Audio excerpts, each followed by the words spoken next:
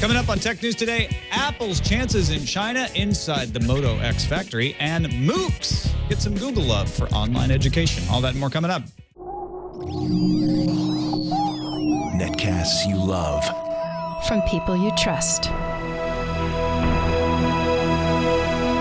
This is Twit. Bandwidth for Tech News Today is provided by CashFly at CACHEFLY.com.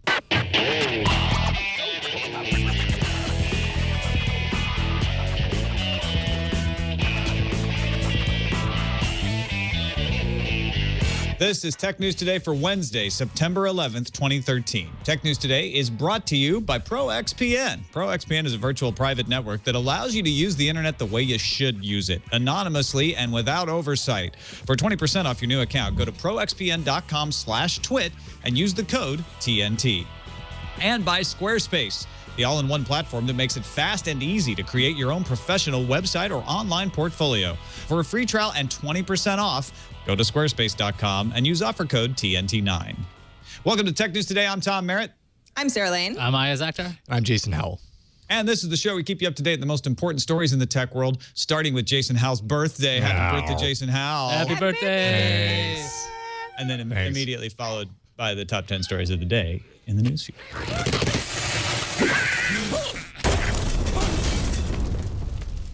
Apple came out with its iPhone 5C, and it looks like the C has ended up not being cheap or China. The 5C will sell for 4,488 yuan in China, which is about equivalent to $730 US. That's much pricier than the unlocked $549 price in the US.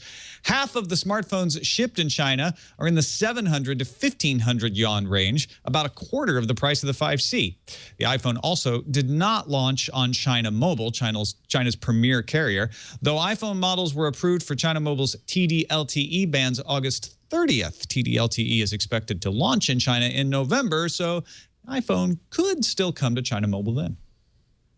Yesterday's Apple announcement kind of got all the attention, but that didn't stop Motorola from having a little event of its own for its made in the USA smartphone, the Moto X. The Google-owned phone maker opened the doors yesterday to Flextronics, which is a Texas-based company contracted to manufacture the Moto X. If you want a better look, the new factory is actually on Google Maps Street View and lets you get as close as looking over a balcony onto the iPhone assembly below.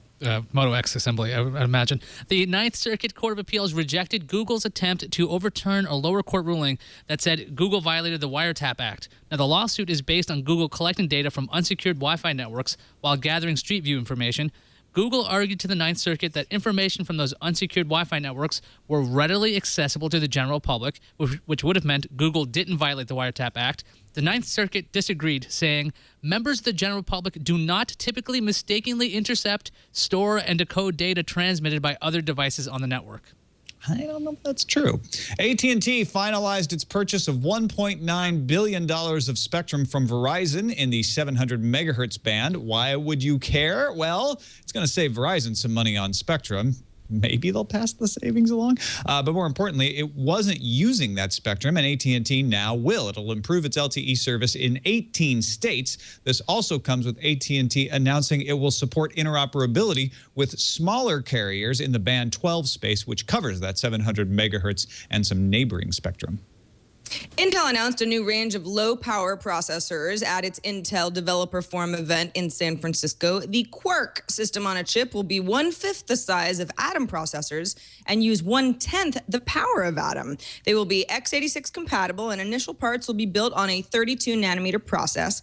But most interestingly, perhaps, is the Quark design is now fully synthesizable with extension points to allow customers for the first time to integrate their own functional blocks onto Quark system on a chip.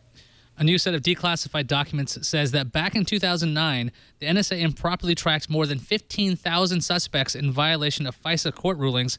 The NSA's software apparently tracked those people without the agency having reasonable suspicion, which you kind of need to track people. In March 2009, the FISA court actually revoked the NSA's authority to perform bulk queries until the U.S. government was able to restore the court's confidence.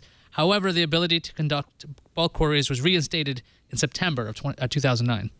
Lenovo announced more Haswell laptops in conjunction with the Intel Developers Forum. Yes, Lenovo announced 5 new laptops at IFA last week, but now there's some more business laptops. The T, the WL, and the E series laptops all get some Haswell versions for the Intel Developer Forum set. Laptops also feature improved graphics, LTE connectivity in some cases, and more security options. These models will come out in October and November. Apple never mentioned the Apple TV at the big iPhone event yesterday, but All Things D reports that on September 18th, which is the day Apple plans to release iOS 7, the company will also announce an updated Apple TV. It's said to have an internal overhaul, which includes enhancements to the AirPlay wireless streaming technology that would allow users who've already purchased a program or a movie or other video content from their own accounts to stream that content to another person's Apple TV using iCloud. Kids love tablets, and Toys R Us loves kids. Parents, money. But they don't even want a lot of it. The Tabio E2 is the company's new tablet with an 8-inch multi-touch display, 1 gigabyte of RAM, 8 gigabytes of storage with an SD card slot to boot, and all of the parental controls and child-friendly apps of previous Tabios. The new model launches in October for $150. The New York Times reports that an algorithm for generating random numbers contains a backdoor for the NSA, that is. The dual_EC_DRBG algorithm was adopted by the National Institute of Standards and Technology back in 2006. Now, the Times says the internal memos leaked by Edward Snowden confirm the NSA actually generated that algorithm. Originally, the standard did acknowledge the NSA as a contributor, but not as its primary creator. This episode of Tech News Today brought to you by ProXPN. You don't want people seeing your internet traffic, and there's lots of things you should do to protect yourself. One of them is to use a virtual private network, especially if you're out and about using an open Wi-Fi connection. We talk about it all the time. Coffee shops, restaurants, more and often than not, will have Wi-Fi these days. Well, maybe not more often than not, but more often than ever. Airports, hotels, any of those places have Wi-Fi connections that are not secured for you. They're secured for the hotel maybe, but they're not secured for you. You got to take that into your own hands. That's why I use a VPN, and one of the VPNs I use is ProXPN. ProXPN is a global virtual private network that works with almost any internet connection, creating a secure, encrypted tunnel. They secure the traffic, but they secure the tunnel as well. 512-bit encryption on that tunnel. All of your online data passes back and forth. Any online application can work with ProXPN, including your web browser, your email, your file sharing, your instant messaging program. And it keeps everything you do hidden from prying eyes. It disguises your physical location. Nobody knows you're even in the country in which the restaurant exists. And it gives you unfettered access to any website or online service, no matter where you live or travel. For those of you who are like, well, wait a minute, I want to do this on my phone. I want to do this on my Linux machine. Well, OpenVPN, PPTP, you choose. You can configure it yourself, or you can get apps. There's software for Windows and Mac. There's software for iOS or Android. In fact, there's a new ProXPN app for Android in the Google Play Store that supports OpenVPN. You should go check it out. World-class customer support from these folks, too. Even Steve Gibson from Security Now gave it a great review. So check it out. Go to proxpn.com/twit for more information and to sign up. ProXPN premium accounts are normally $9.95 a month or $74.95 for an entire year, but we've got a special offer. Use the code TNT and you will receive 20% off for the lifetime of your account. That's less than $5 a month on the yearly plan. If you're not satisfied, you can cancel within 7 days for a full refund. So go to proxpn.com/twit and sign up with the code TNT. We thank ProXPN for their support of Tech News Today. Joining us now to gather around the table and discuss some of the stories of the day. Very happy to have Mike Hurley, podcaster at 5x5, the newsman at 5x5, back on the show. How's it going, Mike? Hi, Tom. Hi, guys. How you doing? Doing well. Thanks for joining us. It's good to have a fellow news person with us. And we got lots of stuff to talk about today. Apple in China. We talked a lot on yesterday's show about the announcements of the iPhone 5S and the 5C. One of the key things about the 5C being introduced was, is this going to help Apple in China? Turns out the early returns say maybe not. China Mobile's not getting the phone. China Mobile uses TD-SCDMA 3G. Apple doesn't support that. But they are moving to TD-LTE, which Apple does support. In fact, Apple's Hong Kong website already lists 2 models of iPhones that support TD-LTE. There was also a story released today by the Wall Street Journal that iPhone has been cleared by China's telecommunications agency, TENAA, for use of TD-LTE devices in China August 30th. But the government in China has not issued TD-LTE licenses to China Mobile or any other carrier to roll them out yet. They expect, Tencent Tech in China actually expects TD-LTE to get approved in November. So that would be the earliest we could see that there. Even if the iPhone launches on China Mobile, which is a much bigger set of customers, it's expensive. As we mentioned, 4,488 yuan. That's about 730 bucks. 4,488 yuan is compared to around half of China's smartphone shipments being 700 to 1,500 yuan. So, Mike, Apple needs to win in China to keep its global growth going. Does this sound like the makings a win? So I've been thinking a lot about this, talking about this on my own shows as well. And it seems like they're taking an interesting tack. So they did what we expected them to do, which was to release another phone that potentially is made for cheaper. But they don't seem to have hit the price points that people were looking for. I mean, obviously, when you're looking at China, we don't know what the carrier subsidies are going to be yet. But it feels like the 5C is, to me anyway, the first step. They're going to try and break into China more, sell something that looks like a new phone. But then as time goes on, they'll hopefully, I would believe, try and find ways to get those margins to keep their margins the same, but get those manufacturing costs down so they can sell them for cheaper to the consumer. Because that's how they'll really win, and not only in Asia, but in a lot of Europe as well, where we expect, because typically we get phones for free when they come out, like brand new phones. So they're going to want to get those subsidies in a better position, I think. I don't think the 5C is priced at that point just yet. Gearing up to this. Oh, sorry, Ayaz, go ahead. Gearing up to the launch of the new iPhone, there was all these reports about Apple trying to get onto China Mobile. And one of the big things that was going on was the fact that Apple had very little negotiating power, it seemed. And that's not what Apple likes to do when it comes, if it's about growth for Apple.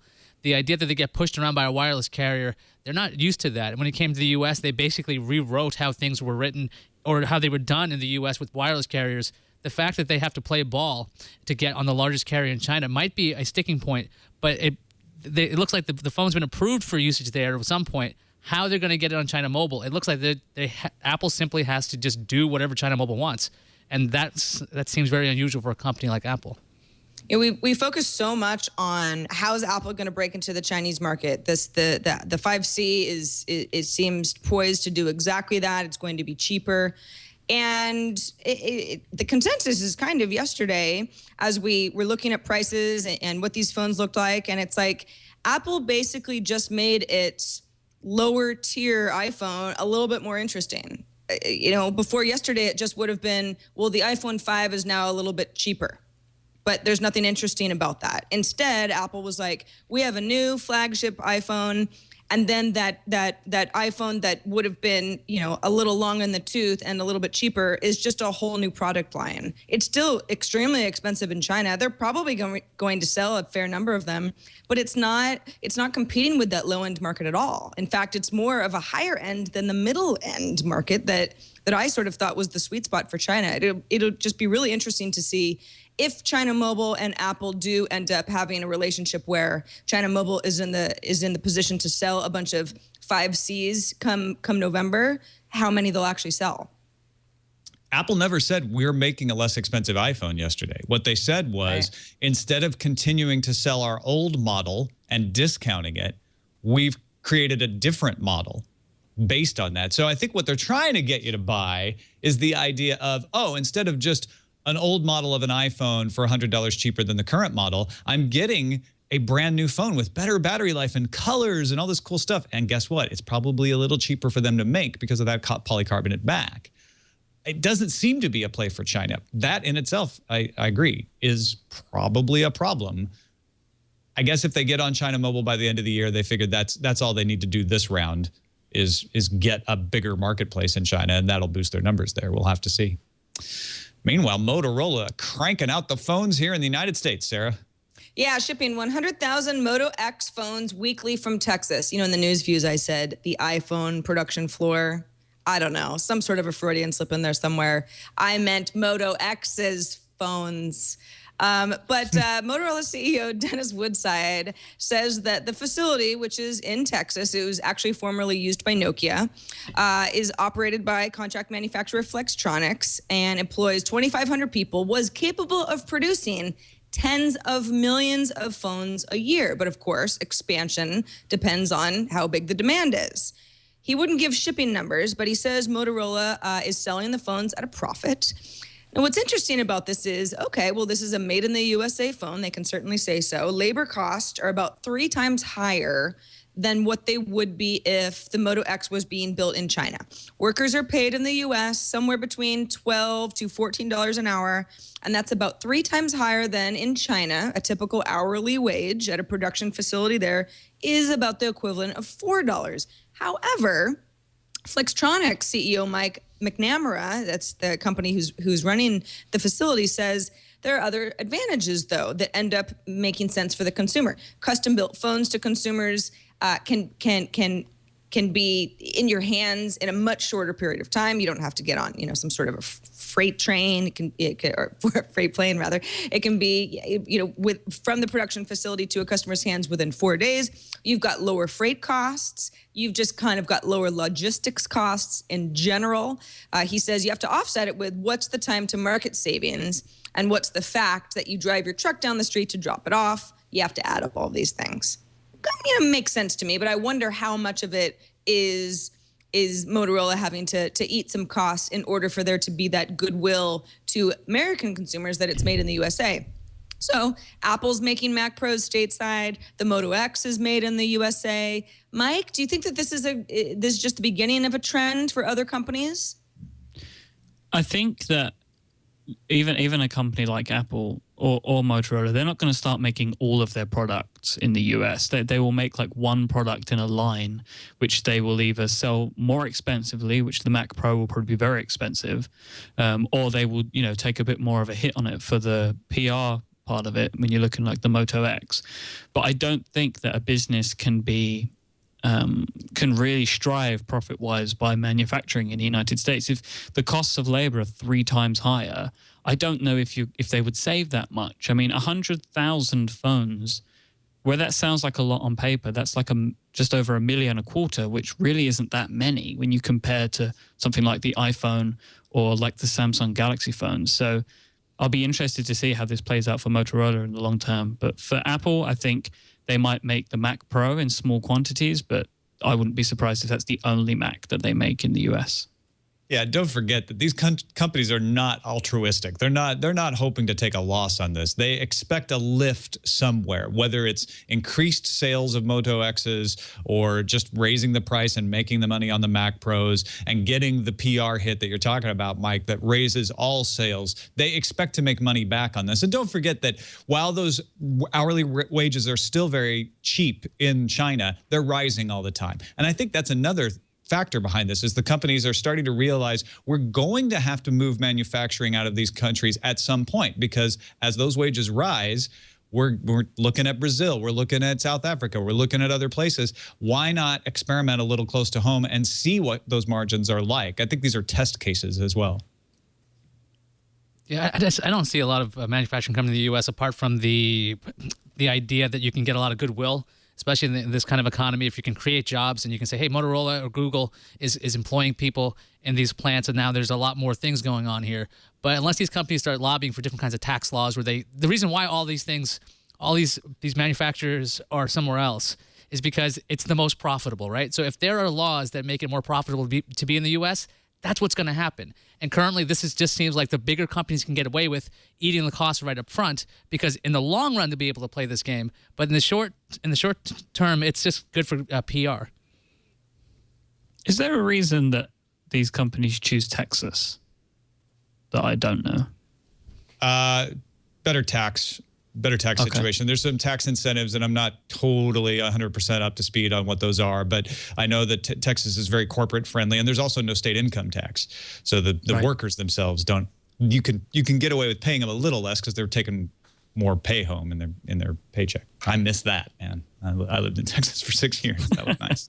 All right, let's take a quick break and thank our sponsor for today's show, Squarespace.com. Was using them just yesterday for Sword and Laser. We put up a new episode.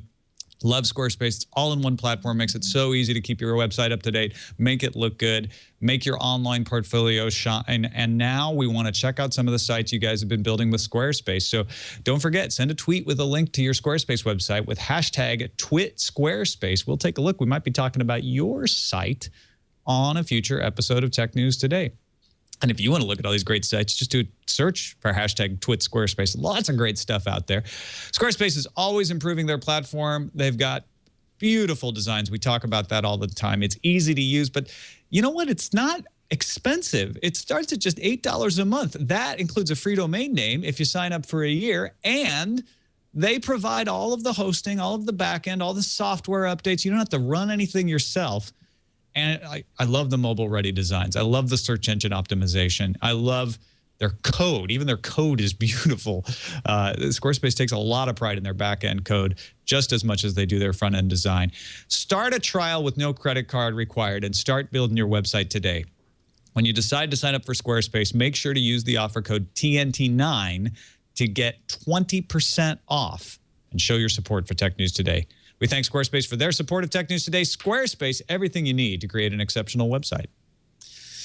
Let's talk a little bit about that Intel Developers Forum. I don't know how Intel feels about going up against an Apple announcement, which draws all of the air out of the room on press day, but they've got some cool stuff going on over there. We mentioned in the news fuse the Quark platform, system on a chip that's a fifth of the size of the Atom. That's their mobile platform. A tenth of the power consumption of the Atom, still x86 compatible and built on the 32-nanometer process. So this seems to be positioning a chip for the wearable computing, for the Internet of Things crowd.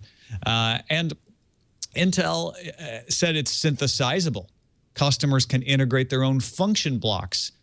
In time, Quark will be able to be built on third-party fabs. All of that is unheard of. Intel has been all about integration. We create the chip, we design the chip, we fab the chip, we deliver you the chip, and then you implement it. Intel also, if you don't know, is already selling some of their fab capacity, or at least they have plans to sell it in custom fab schemes. The Verge says that Bay Trail, that's the latest Atom chip, is killing it on Android, though. So it's not like Quark is like, well, we're giving up on Atom.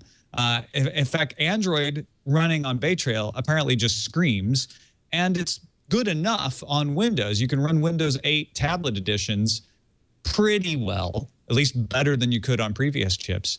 So my question looking at this, it seems like Quark is a way for Intel to just say, okay, Atom really locked up the mobile space. Let's leap ahead to the next big thing, which will be wearable, embedded, Internet of Things type stuff. But Bay Trail's starting to look good. Mike, do you think Intel can still win in mobile? It's difficult. I mean, it seems like a lot of the ARM stuff, it just got, basically Intel had the rug pulled out from under them, and they weren't really paying attention to mobile and what they could do there. So it seems now that they've definitely got their head in the game again. And if they're thinking about the next thing, which is tiny processors because they need to go in wristbands or on the side of my face somewhere, I think that's a good thing for them. Especially if they're, Intel's got a great name, and if they can come out of a great product, I think companies like Apple and Google and Amazon even could look at them as the types of, the types of processors that they would want to build their watch/necklace/ankle bracelet computer. Yeah, the Quark's supposed to, I was reading an interview with Intel's president, Renee James, on PC World, and she was talking about how the Quark is supposed to be 10 times more power efficient, 5 times smaller, talking about how they haven't given up on the mobile space and saying they actually are doing really well when it comes to power efficiencies. It definitely seems smart that Intel would be thinking about wearables. And there was even discussed the idea of wearable patches with technology there instead of just watches and things. So Intel's thinking like much longer term kind of crazier ideas, because they did miss the boat when it came to mobile in general. But if they can get on board before wearables truly take off, if everyone's going with a Quark processor, and we know Android can run on Intel chips just fine, maybe that would be the thing that makes it different for Intel, that they can succeed in the future. I do think that it's smart for Intel to come up with this plan early, to put it out there early. And I think it actually helps Quark that Bay Trail is being so well received by the press this time around at the IDF, that people are saying, well, you know what? They really have come around. They've really created something that is power efficient and works well. And the fact that everybody seems to be raving about Android, and we'll see what kind of Android devices come out there. The fact that that could potentially dual boot with Windows provides some interesting, we're already seeing a few models announced that can do that. That provides some interesting alternatives to folks. It shows that Intel is far from over. I don't think anybody thought Intel was over, but I think people have worried about Intel in the mobile space a lot. Google is trying to get in on a new trend in education, one that allows pretty much anybody to take a course from anywhere. Yeah, Google's partnering up with edX, and they're going to create a site called MOOC.org. It's MOOC.org, and that stands for Massive Open Online Courses. Now, this site's going to accept course materials from universities, governments, businesses, just about anyone. edX's president said they want to make the site eventually YouTube for MOOCs. That just sounds like an insult to me, by the way, every time I say MOOC. I'll explain that story one day. The site's going to launch in mid-2014. Players in the MOOC world already, Udemy, iTunes U, Stanford, MIT, Yale. We've seen a bunch of these things out there for some time now. Mike, we've got lots of people signing up for these courses, and people they're not really finishing them. Now Google's getting involved. Where do you see the future of education going with this? I mean, it's interesting. I guess if you can take real world qualifications at home, you can get a lot of people that either can't afford to do higher education, or don't have the time because they maybe want to learn but need to work at the same time. So I think in the future that it could be really beneficial to the globe to have this sort of education, but I don't know how it would help in the job market, because then everybody would have degrees. The amount of degrees would increase. So I guess really the benefit is people can learn more and they can become skilled in new things, as opposed to really potentially helping people get better jobs in the future. Because if everybody has... Go on, Sarah. Well, you just make a really interesting point. I mean, if everybody has the same sort of degrees, but I'm generalizing, but everybody sort of has these skills that are needed and necessary, that's already the way that the emphasis is now. There are a lot of people with really impressive credentials, but especially when it comes to coding and certain skills that you're either good at it and you put in the time, or you're not. And so many more companies put less emphasis on traditional education and more emphasis on what do you know how to do. And if more people have those skills, I would think in general that's just better overall. I am really excited about the whole MOOC trend, because I think this is a way to capitalize on the promise of the internet from the 90s, which was like, we're going to provide access to information and education and improve things. And there's some people doing some really good work trying to figure out how that would actually work in the real world, and how maybe instead of creating these locations and having to take corporate money for research that starts to affect what you teach, you can actually just start charging for certification. The classes are free. And you make your money off of somebody taking a test to say, okay, I want to prove that I know this. That's just one model. There's lots of different models being bandied about here, and there's lots of ways for this to go wrong. But the fact that Google is getting involved with this, I think, is a good thing for the development of this in general.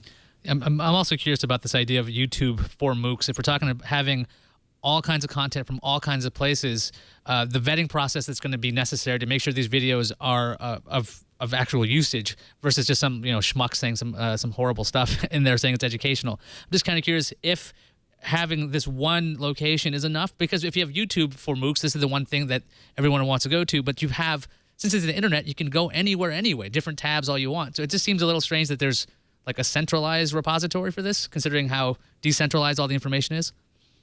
Well, it's like YouTube though, right? Mm-hmm. I mean, YouTube is a centralized repository of video, but it's also, broadly speaking, anybody can make video anywhere and they can store it anywhere. YouTube's just one place. So you bring up a good point, Ayaz. It could become too dominant if Google gets its fingers too far into it. There was this They mention. also need to. Go ahead. They also need to come up with a better name. I think MOOC is not. It just doesn't sound good. Yeah, that just shows there's no marketing department involved in this. At least this is a natural term that has arisen from academia. But even something like iTunes U, which that's the closest comparison that I can draw to something like MOOC, is I mean, it's really cool when you look through some of the stuff that you can basically participate in for free. It's really, really, there's some great stuff in there, but they don't really release a lot of numbers on who's going through all of these courses, who's watching these videos, what do they get out of it. It'd be interesting to see some statistics as this unfolds next year and then a few years later as to how it's actually changing the marketplace. Well, that's all going to have to wait for us to figure out passwords, though, because, I can't protect my academic record if I don't have a good way to secure my account, Sarah. That's right. Speaking at the TechCrunch Disrupt conference this week, Google's manager of information security, Heather Adkins, spoke on a panel. It was about hacking and security called Spies Like Us. And she had some really interesting things to say about what steps Google's taking to make sure that they're a more secure company, and said it's pretty much game over for any startup that's going to rely on passwords as the main method to secure their users and their users' data. And that companies who do so need an abuse team because they're going to have to deal with customers getting compromised. She also said, looking ahead, and she didn't say in 6 months or a year, but she said looking ahead, passwords are done at Google. She also said that Google's two-step auth is a first step to other types of non-standard password security. And she said the Google users who have the most problems consistently are those who already haven't turned on two-factor authentication. They get compromised the most because a hacker gets into their account. Then the hacker turns on two-factor authentication, and then the users are locked out, and it's a really hard process to get back in. And then those hackers can start using those accounts to send spam. She said that's something that Google didn't even really foresee, but it's happening. She also said Google is experimenting with hardware-based tokens. So this is sort of the era beyond the post-password era. She said, as well as a Motorola-created system that would authenticate a user by having them touch a device to something embedded or maybe held in their own clothing, perhaps. Supposedly, a hacker shouldn't be able to access something like that because it's part of the person or attached to the person in some way. Mike, how far out do you think that Adkins and the security team over at Google is looking when they say things like passwords are done at Google? Well, I think there's still a way away because we haven't got anything that we can see right now would definitely win as the replacement. I think Apple showed yesterday that they're thinking about this too. I mean, now I'll be able to pay for my iTunes purchases with my fingerprint, so I can make my password a 25-character password, which it's not at the moment because I would need to remember it and type it in every time for my iTunes account. So if they were able to maybe couple this to the iCloud keychain that they've got, I would be able to log into into websites without entering in a password. I can use my finger for those too. And if you imagine them maybe stretching this tech out to other devices, maybe to iPads and iPods and the Mac as well, then Apple could have found a way to do it. Now, Google and Android are, they're really focused on NFC. So as Heather Adkins has said, to have some sort of token or a tag on you of some description that says that you are in this location or something that you tap or swipe. I think that is the future because it will mean that people will, one, set passwords, and two, maybe just set ones that are really strong. Because typing them in the way that we do at the moment, that's it is basically an antiquated system now because it doesn't work well enough for most people. Oh, yeah, it's horrible. I totally agree. On the other hand, though, tokens can be stolen, and that's a problem. I don't, granted, it's a more of a location problem. It's people from other countries are not going to steal the token off of your neck, but somebody else might. That's why two-factor authentication, I don't think goes away. I just wonder what that second factor is going to be and what these different ways of approaching it are to turn out with. I don't think Google knows yet, but we've heard about all these stories in Motorola about, eye sensors and fingerprint sensors and things on your clothes and different ways of combining this stuff. So I hope they crack it. I don't think they have yet, but I think what they're admitting is what we all already knew, which is passwords suck and they don't really secure you very well. And maybe Google can come up with, I don't know, some kind of thing you can wear on your face all the time that can check your eyes, maybe have like a scan. So you can always, maybe they have a product, or this actually reminded me of the whole NIMI bracelet we talked about a couple of weeks ago. That's the one that actually reads your electrocardiogram. to authenticate you, so you don't necessarily have, even if somebody stole the bracelet, they still can replicate your electrocardiogram. So that's the kind of thing that might be. Steal your heart. Yes, you're right. If they steal your heart, that's the only thing that bothers me about these advancements in security is they all are now more sort of like, hey, a hacker can access you remotely. We don't want that. So we'll have something that's part of you as you're walking around. And I envision a lot more tackling, very grabby, handsy hackers. I don't like that idea either. Nobody likes handsy hackers. Nobody. All right. We have solved Apple's problems in China. We have solved America's manufacturing crisis. We have solved Intel's mobile crisis. We have solved education. And now we've solved passwords. What's left, Ayaz, but to solve keyboards on tablets? Keyboards on tablets, or T-boards, as I was going to say accidentally. They are not very good, and that's why the creator of the swipe keyboard has shown up with a new thing called Drift. Now, the Drift works by letting you kind of replicate that normal experience you have with a regular keyboard. It lets you rest your hands on the screen. Now, the home row keys form around your fingers. Now, what Drift does, it uses the accelerometer, so it knows when you're typing or just resting your hands on the keys, so it's not going to just start typing if your fingers are on there. The theory is we learn to type on a physical keyboard. We rest our hands on the home keys. Why not recreate that?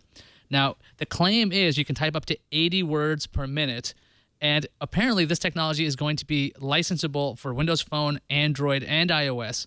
And app makers can also use this keyboard thanks to an SDK that's coming soon.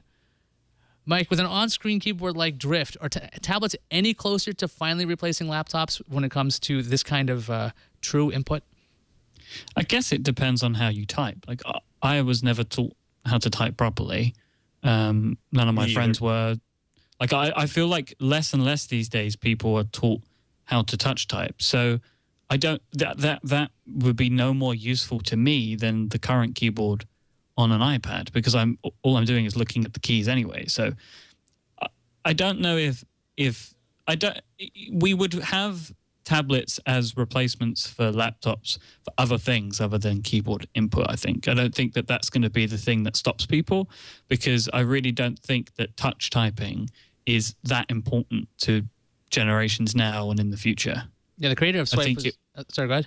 I was going to say, I just think it's apps and just general availability of connection, which is what will make people switch over to tablets. Yeah, the creator of this keyboard was very specific. He made sure that if you're a touch typist or you're just a hunt and peck two-finger kind of user, it's basically that spatial relationship that you get used to, and it's that kind of thing that makes this work for so many people. We'll see if it works for Mike, but how about changing that relationship, right? I mean, can't somebody come up with something better than the keyboard for tactile input? We're taking a 19th century design, or maybe it's early 20th century. I may be remembering it wrong, and we're still using it.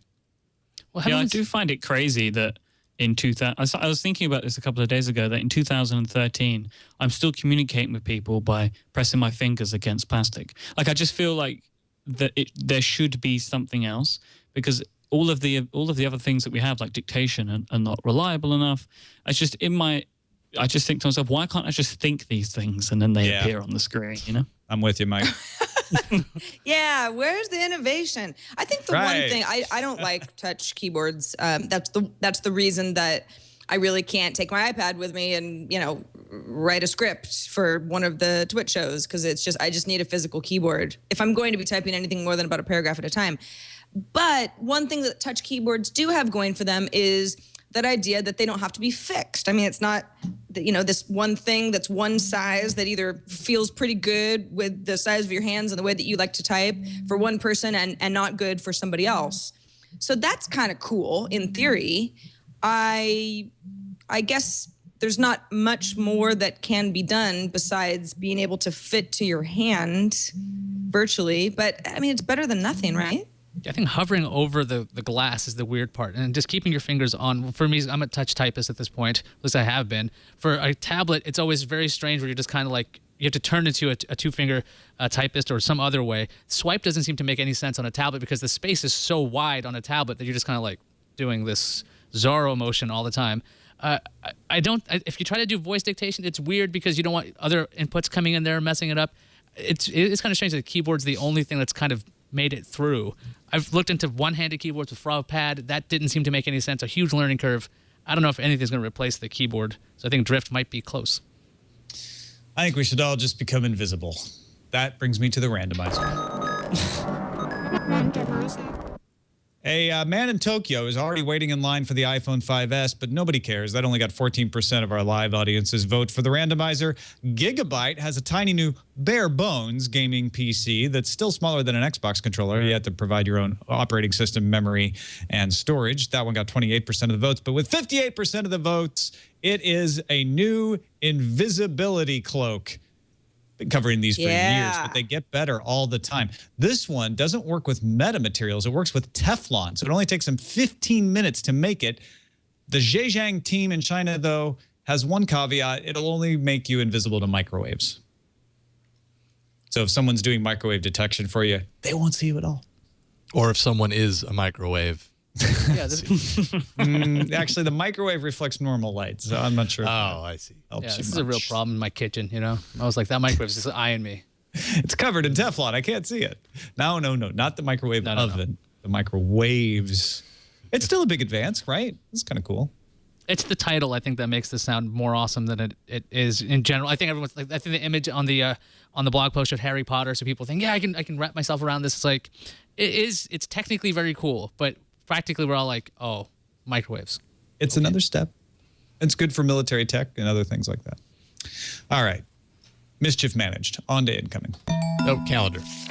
Oh, was there calendar? Yeah, there's calendar today. Sorry. There are some calendar items incoming. Like if you missed the beginning of the show or you forgot, it's still Jason Howell's birthday, everybody. All day. Happy birthday. Still? Yay. Also, the GeekWire Summit is happening in Seattle, Washington tomorrow, September 12th. Also tomorrow, Google is removing those video responses on YouTube. Remember, they said nobody really uses them. Low engagement means we don't need this feature. Also tomorrow, LinkedIn is opening to anybody 13 or up. They're trying to corner that market before they get into the workforce. And also tomorrow, Ricky Gervais's Derek is going to start streaming on Netflix. Nice. I'm going to check that out. Now let's see the calendar. Oh, just to balance it out. thanks. Incoming message from Jerry. He says, as I listen to TNT 836 about the PayPal app, I'm reminded of some talks I've had with my clients. When talking to them about changing credit card processors, the businesses are reluctant to make a change. One customer gets a lower transaction cost because the service is bundled with the in-store financing package they use. Another can only use one processor due to integration into the veterinarian practice software. There are many issues that the store side of this equation has, and it appears none of them include better for our customer. Thank you for all your diligent work.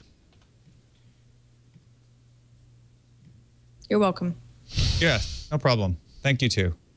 And that brings us to the end of today's show. Thank you all for joining us. And Mike Hurley, thank you for being with us. It's awesome to have you along. What's going on with the news at 5x5?